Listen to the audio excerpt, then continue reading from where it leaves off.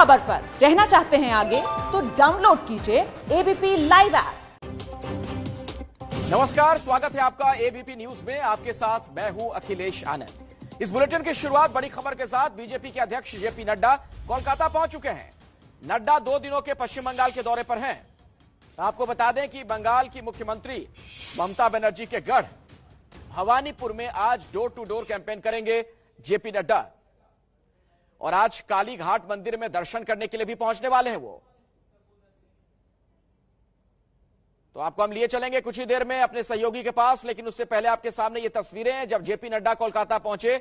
आप देखिए एयरपोर्ट पर किस तरीके से उनका भव्य स्वागत किया गया। बड़ी संख्या में बीजेपी के कार्यकर्ता ढोल नगाड़ों के साथ वहां पर मौजूद थे, हाथ में बीजेपी का झंडा। और दूसरी तस्वीर ममता बनर्जी के गढ़ में दरअसल ये चुनौती आज देने वाले हैं नड्डा।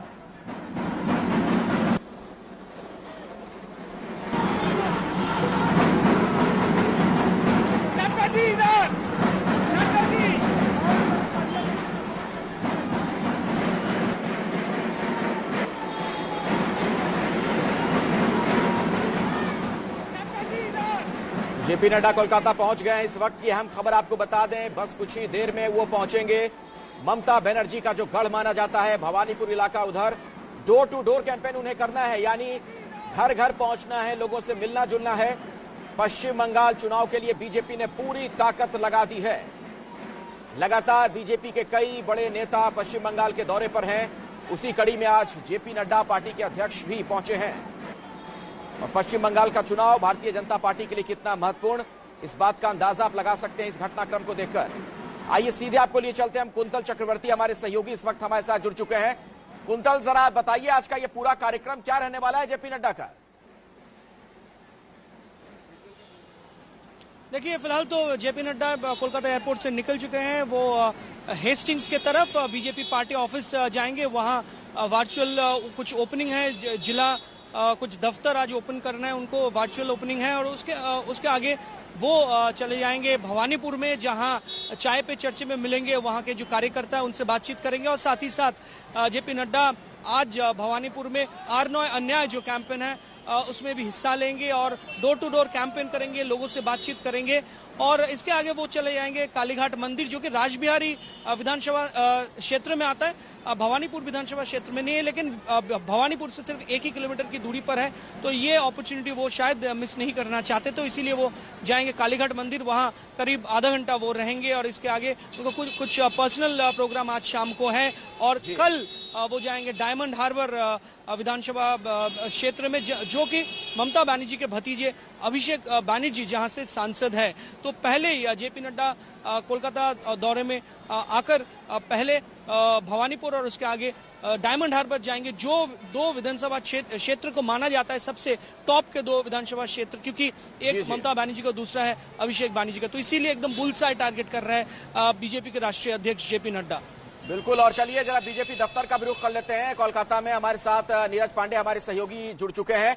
नीरज, वहां पर किस तरह की हलचल आप देख रहे हैं? भारतीय जनता पार्टी पूरा जोर लगा रही है इस बार पश्चिम बंगाल चुनाव में, बहुत पहले से ही शुरू हो गई है बीजेपी। वहां पर तमाम प्रदर्शन, नारा, धरना, सारी चीजें हम लोग देख रहे हैं।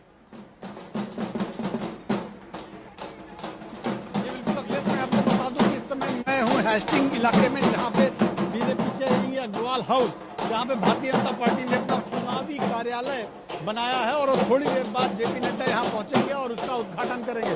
जेपी नड्डा के आने से पहले यहाँ देखिए भारतीय जनता पार्टी जो महिला मोर्चा की सदस्य हैं, वो लोग हाथों में फूल लेके खड़ी हैं, ढोल नगाड़े बज रहे हैं, महिलाएं अपने संसद से आवाज निकाल रही हैं, ताकि जब जेपी नड्डा यहाँ पहुंचे तो एक अच्छा माहौल दिखे, कार्यकर्ताओं में जोश है। इसीलिए देखिए आप यहाँ पे अग्रवाल हाउस, इसके 6वें फ्लोर में वो कार्यालय बनाया गया था, जहाँ की तस्वीरें अभी थोड़ी देर पहले ही हमने दिखाई।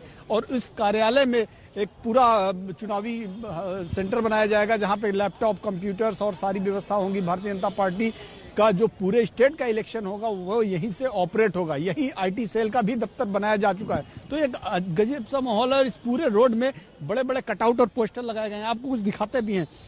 ये हेस्टिंग मेन रोड है और आप देखिए यहाँ पे भाजपा के पूर्व अध्यक्ष और गृह मंत्री अमित शाह का कटआउट लगा हुआ है। उसके बगल में देखिए दिलीप घोष जो यहाँ के प्रदेश अध्यक्ष हैं, उनका कटआउट लगा हुआ है।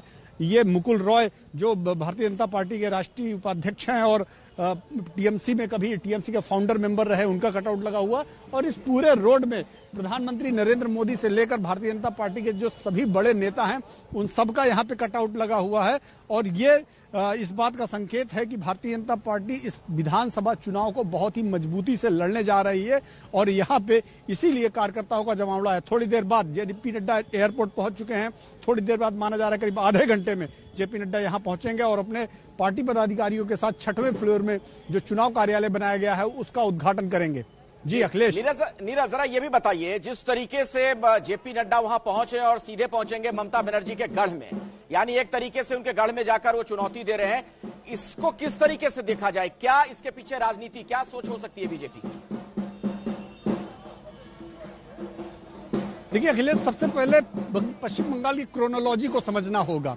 2019 से पहले भारतीय जनता पार्टी के पास महज 2 सांसद थे, यानी 2014 में जब चुनाव लड़ा गया था तो महज 2 सांसद थे और 2 सांसदों वाली पार्टी के पास महज 3 विधायक थे। 3 विधायक जो विधानसभा चुनाव हुआ था पिछला 2015 में, उसमें महज 10% वोट मिला था। लेकिन लोकसभा चुनाव के दौरान 18 सीट जीतने वाली भारतीय जनता पार्टी को 40% से ज्यादा वोट मिला। और इस दौरान एक सबसे महत्वपूर्ण विषय रहा वो ये रहा कि विधानसभा के दृष्टिकोण से देखें तो 122 ऐसी विधानसभा सीटें रही हैं जहां भारतीय जनता पार्टी को जीत मिली है। यानी यहीं से शुरू होता है, भारतीय जनता पार्टी को लगा कि यहां से कि हम अपना सफर और आगे बढ़ा सकते हैं, क्योंकि पश्चिम बंगाल इकलौता स्टेट है जो हमेशा देश को दिशा देने वाला रहा है। राम मोहन राय ले लीजिए, रविन्द्रनाथ ठाकुर ले लीजिए, ईश्वरचंद्र विद्यासागर ले लीजिए, तमाम ऐसे महापुरुषों के नाम आपको याद होंगे जो न सिर्फ आध्यात्मिक क्षेत्र में बल्कि शिक्षा के क्षेत्र में उन्होंने बहुत बड़ा नाम किया है और इस देश को एक दिशा दी। विवेकानंद जी का नाम ले लीजिए। लेकिन जिस वजह से ममता बनर्जी को पश्चिम बंगाल की जनता ने कुर्सी पर बैठाया था, यानी कि मां माटी मानुष का नारा देने वाली ममता बनर्जी को यहाँ के लोगों ने सत्ता दी, वो थोड़ा सा कहीं ना कहीं गड़बड़ाया है। क्योंकि पश्चिम बंगाल का नाम अब जब जिक्र आता है तो वायलेंस के लिए आता है, मर्डर के लिए आता है और पश्चिम बंगाल में तमाम ऐसी घटनाएं होने लगी जिससे कहीं ना कहीं भारतीय जनता पार्टी को पनपने का मौका मिला। और भारतीय जनता पार्टी को जो लोकसभा चुनाव में 18 सीटें मिली और 40% वोट मिला, वहीं से भाजपा को लगा कि नहीं, वो विधानसभा चुनाव जीत सकते हैं। और उसके बाद से आप देखिए उन्होंने पश्चिम बंगाल को पर पूरा ध्यान केंद्रित किया और अब स्थिति ये है कि भारतीय जनता पार्टी ने पूरे बंगाल के अंदर अपनी जड़ें जमा ली है। और यही रीजन है कि 6 महीने अभी चुनाव को बाकी है, लेकिन 6 महीने पहले ही भाजपा ने अपना चुनावी कार्यालय उद्घाटन करने का प्लान कर लिया। आप सही कह रहे हैं नीरज की इस तरह की सरगर्मी बहुत कम नजर आती है चुनाव के दौरान कि 6 महीने पहले से ऐसा माहौल बन जाए। और अभी से ये माहौल नहीं बना 6 महीने पहले से, बल्कि कई महीने पहले से हम देख रहे हैं पश्चिम बंगाल में इसी तरह की सरगर्मी देखने को मिल रही है। कुंतल चक्रवर्ती भी लगातार हमारे साथ जुड़े हुए, हमारे एक और सहयोगी। कुंतल, जरा बताइए जेपी नड्डा का जो आज का कार्यक्रम रहने वाला है उसके बारे में कुछ और सूचना मिल पा रही है क्या? जैसे कि मैंने आपको बताया कि कुछ देर पहले जेपी नड्डा यहां से निकल चुके हैं बीजेपी के दफ्तर की तरफ जो कि हेस्टिंग्स में है और उनका काफिला उनके साथ साथ आगे बढ़ रहा है। मुझे लगता है कि अगले 15 से 20 मिनट के अंदर वो हेस्टिंग्स पहुंच जाएंगे और वहां जो कार्यक्रम है, जो कुछ जिलों के दफ्तरों का उद्घाटन करना, ऑनलाइन वर्चुअल इनॉग्रेशन है, वो करेंगे। और उसके आगे 3 बजे शेड्यूल्ड प्रोग्राम था भवानीपुर में, शायद आधा घंटा 45 मिनट देरी हो सकती है वहां, और वो वहां पहुंच जाएंगे। जेपी नड्डा वहां पहुंचेंगे 3:30 या 3:45 को, तो आधा घंटा से 45 मिनट जो भी कार्यक्रम है वो डिले हो सकता है आधे घंटे से 45 मिनट तय समय से। तो वहां जो कार्यकर्ता बेसब्री से इंतजार कर रहे हैं, क्योंकि वो ममता बनर्जी का गढ़ माना जाता है, चुनावी क्षेत्र है उनका। 2011 में वहां उपचुनाव जीतकर ममता बनर्जी वहां जीती थी और पिछले बार भी 2016 में करीब 25,000 वोटों से ममता बनर्जी जीत हासिल की थी ममता बनर्जी ने वहां। तो वहां बीजेपी के जो कार्यकर्ता है बेसब्री से इंतजार कर रहे हैं, क्योंकि R9 अन्याय कैंपेन को एक अलग दिशा आज मिलने वाला है वहां से, क्योंकि जेपी नड्डा घर घर में जाएंगे, लोगों से मिलेंगे R9 अन्याय कैंपेन के तहत, और इसके आगे चाय पे चर्चा भी करेंगे वहां के जो कार्यकर्ता है उनके साथ। तो ये माना जा रहा है कि पहले ही बीजेपी के सबसे बड़े खिलाड़ी और सबसे बड़ा जो सीट है पश्चिम बंगाल के, वो उसको ही टारगेट कर रहे हैं। तो इसीलिए इस दौरे को इतना महत्वपूर्ण, इतना इंपॉर्टेंट माना जा रहा है। बिल्कुल बिल्कुल, इसके पीछे बीजेपी की खास स्ट्रेटजी है।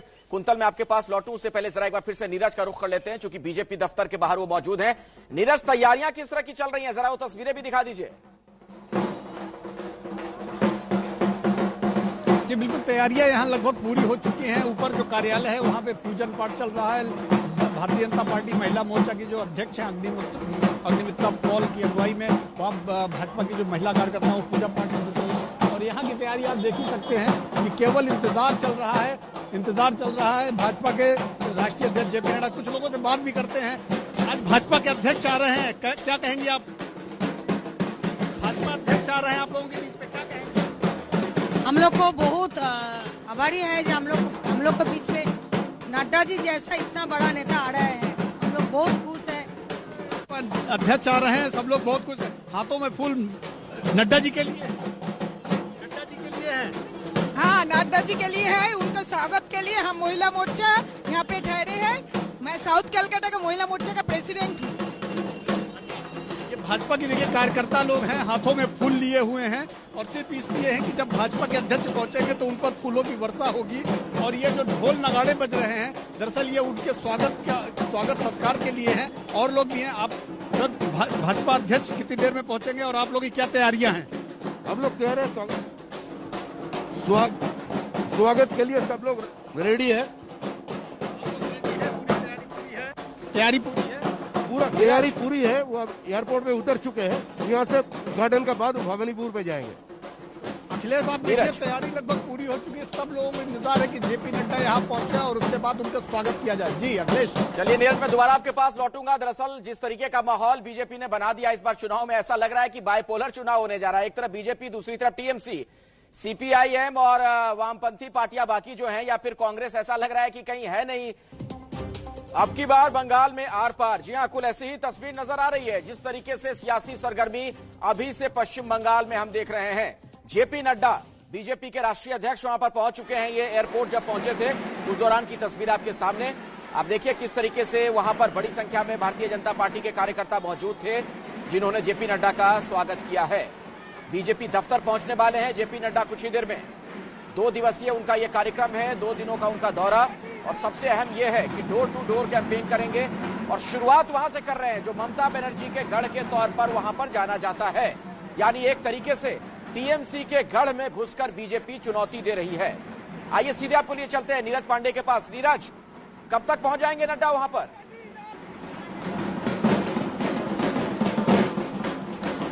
अखिलेश, मैं आपको बता दूं कि जेपी नड्डा निकल चुके हैं। उनको एयरपोर्ट से निकले हुए करीब 10 से 12 मिनट हो गया और माना जा रहा है अगले 15 मिनट के अंदर, यानी कि 2 बजे के आसपास भारतीय जनता पार्टी के राष्ट्रीय अध्यक्ष इस कार्यालय में पहुंच जाएंगे, हैस्टिंग में। दरअसल ये भाजपा का कार्यालय नहीं है। भाजपा का कार्यालय तो ऑलरेडी दूसरी जगह पे है, लेकिन ये भाजपा ने चुनावी कार्यालय बनाया है। जो भारतीय जनता पार्टी का जो विधानसभा चुनाव लड़ेंगे वो यहीं से चुनाव ऑपरेट होगा। तो ये हैस्टिंग का अग्रवाल भवन है। यहाँ के ऊपर की 2 6वें और 7वें मंजिल में इन्होंने एक में आईटी सेंटर बनाया है और दूसरे में उन्होंने चुनाव कार्यालय बनाया। तो इस चुनावी कार्यालय को उद्घाटन करने आ रहे हैं और इसके साथ इस प्रदेश के 9 अलग अलग जिलों में जो फिक्स जो है भारतीय जनता पार्टी के कार्यालय, जिला कार्यालय का भी उद्घाटन वो ऑनलाइन तरीके से करेंगे। तो भाजपा का दरअसल ये वॉर रूम आप कह सकते हैं, क्योंकि यहीं से भाजपा अब अपना इलेक्शन ऑपरेट करेगी। और अब केवल इंतजार है भाजपा के अध्यक्ष जेपी नड्डा का, जो थोड़ी देर में यहाँ पर चुनाव लड़ने में बीजेपी किस कदर माहिर हो गई है, किस पेशेवराना तरीके से बीजेपी चुनाव लड़ती है, उसका भी अंदाजा लगा सकते हैं इन तैयारियों से।